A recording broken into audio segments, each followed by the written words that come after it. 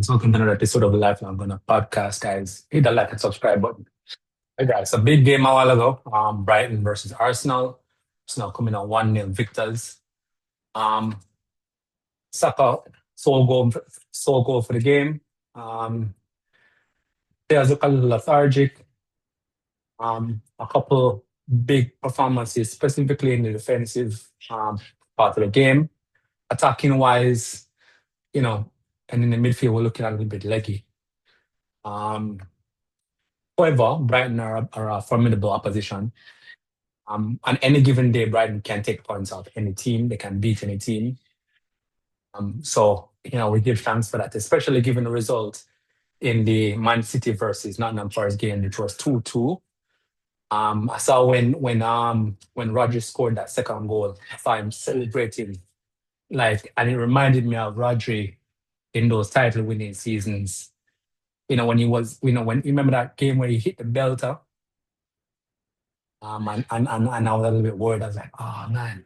But Nottingham Forest was able to get back. I think Elliot Anderson was able to score, and that game ended 2-2. So from that point of view, guys, that's 2 points drop for them and 3 point gain for us. I know they have a game in hand, but I think that um we're so 2 points, that 2 points now become, what's that, 4 points, 3 points, 4 points. And any kind of distance that we can create between Man City, because to be honest with you, obviously everybody knows this by now that Man City is the only other team that can contest us. With any real possibility of contesting us. I see Michael Carrick coming and talking about he hasn't given up on Manchester United going on a crazy run and winning the league, and that is delusion. Anyways, guys, so let's go into the player rating breakdown. I thought Raya and Big Gabby had two of our best players. I thought they had great games. I thought they kept us in the game. Mosquera, Timber, and Kapi, sevens. There are little moments, but I'll give them a slide. Listen, right now we have like what 8 games, 7 games, 8 games left. We're sliding through, guys. As a 6.5, still want to see him doing more. But he's definitely doing better than he did in months gone by. Zubimendi 6.5, got dispossessed a couple of times. Look, he's one of those players I was referring to when I say he looks leggy. Declan Rice got himself about, you know, he's definitely a rock, but one of those players that we also want to see give him a break at some point. Martinelli 6.5. Martinelli, when he comes off the bench, he looks great, and you say, yeah, all right, you know what? He definitely starts in the next game. And then he gives us, I don't want to say lackluster, but a performance that is, it's begging. Saka 7.5. Saka got the only goal for the game, so we have to give him a decent rating. Still does not look like the Saka of a year ago. The injuries really never helped. I'm wondering if the injuries affected his um or is affecting his mobility. His control still looks a little bit bouncy and unsure. Gyökeres 6. You never really know what you're going to get with Gyökeres, guys, and that's why I saw a video by Fabrizio Romano, and he will say that we're not only looking for um, wing back and a midfielder, we're also looking for center forward.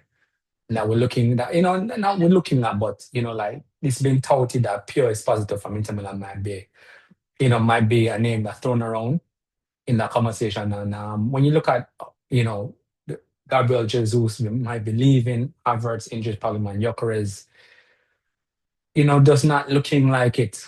That is no wonder how why we'll be looking at a striker. Anyways, guys, my player of the match would be either Big Gabby or Raya. I'll give it to both of them for this one. Let me know who your player of the match is. Let me know what you think about the performance. It looks a little bit leggy. Let me know which players you'll be giving a rest in the games coming. To be honest with you guys, with 8 games left, I don't even know what the real possibilities are unless we have a cup game.